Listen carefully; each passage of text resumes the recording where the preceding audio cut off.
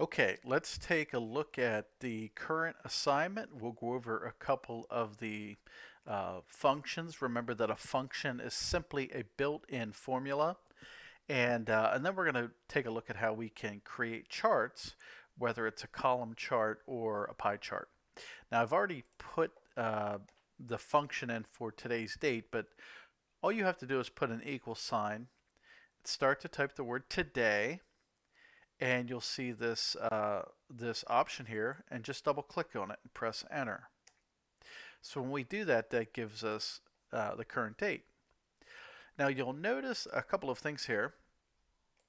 Uh, you'll see that we have these 4 different events, and those events are given as basketball, hockey, football, and concert. So that is, we would have, for example, 4 basketball games, 4 football games, and so forth. So what we have to do is calculate the total. So I could click the auto sum button here on the home tab, or I can use the sum function. So I'm going to type in the word sum, double click that, and now I'm going to supply the range. Remember the range, I'm going to click, drag my mouse, and then press enter. So I'm summing the range from B4, right? This is cell B4 to B7.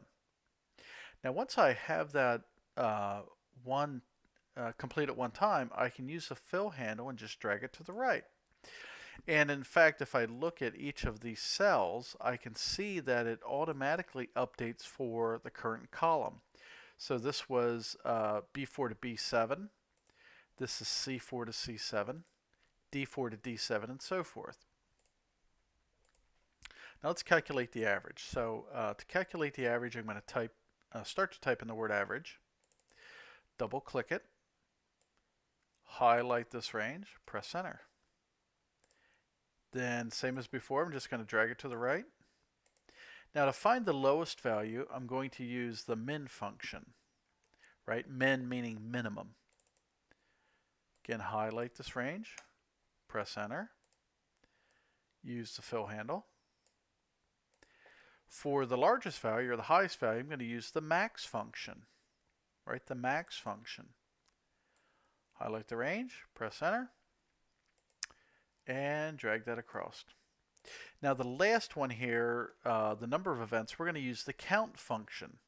And I don't know if you remember me mentioning this in class, but the count function, you'll see a description here. It says counts the number of cells in a range that contain a number. If I were to click this count A function, notice it says counts the number of cells in a range that are not empty. So this is important. If I were to use the count A function instead of count, anywhere that I have a word, it would count that as in the count. So I want to make sure that I selected the correct one, and I'm going to highlight the range. Let's do that over. Let's go to count, double click, and then select the range. And again, fill handle, I'm going to move my mouse. Notice it's a white plus sign. Got to move my mouse till I get this black plus sign. That's the fill handle. And I'm going to click and drag that to the right. Now, how do we create charts? Maybe the most important cell is going to be this cell, and I'm going to make this stand out here. What people often do when they're creating a chart, they'll forget to add this cell. So if they highlight this, and I'll just quickly show you what happens. Notice it says, oops, let me undo that a second. Let's highlight these again. I'm going to go to insert and then column. And right now it's only including events 3 and 4, and that's obviously not what we want. So we have to remember to click this cell, the one that I've colored red, drag to the right to highlight it, and then down. Then from the Insert tab, I'm going to go over here to the chart area, and I'm going to select a 2D column chart. Now if we take a look at this, we can see that hockey is missing event 3, and we can see that concert is missing event 2.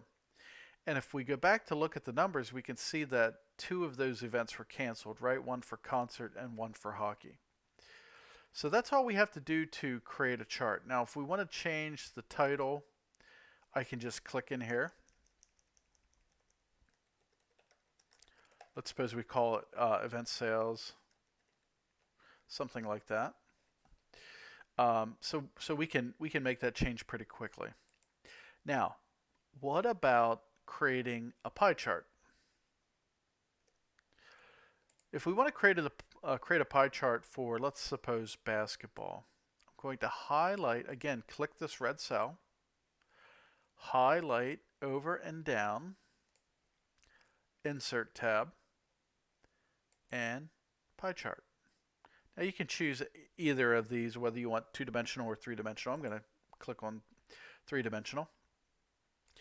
And here you see the events listed, and we know that it's for basketball. Now suppose I want to pull one of these slices away.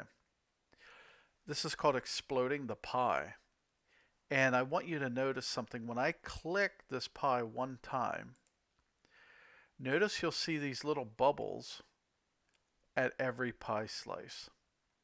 Right, these little bubbles, and there's one in the center here as well. When you click this one time, it selects the entire pie. If you wanted to explode just one piece of the pie, you would click a second time. Let's suppose this yellow piece. When I do, notice these little bubbles are only on this particular slice. Now, I'm going to right click, go to Format, and I am going to move this slider where it says point explosion. Right? And then I'm going to change the angle of it, rotate it, so I can see the slice a little bit better. So that is exploding the pie, and then I can just close this out.